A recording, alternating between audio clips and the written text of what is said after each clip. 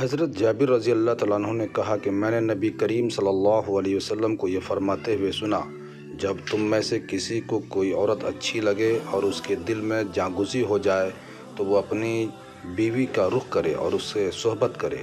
بلا شبہ یہ عمل اس کیفیت کو دور کر دے گا جو اس کے دل میں پیدا ہوئی ہے۔ حشام بن ابی عبداللہ نے ابو زبیر سے حدیث بیان کی۔ انہوں نے حضرت جابر رضی اللہ تعالیٰ عنہ سے روایت کی کہ ایک عورت پر رسول اللہ صلی اللہ علیہ وسلم کی نظر پڑی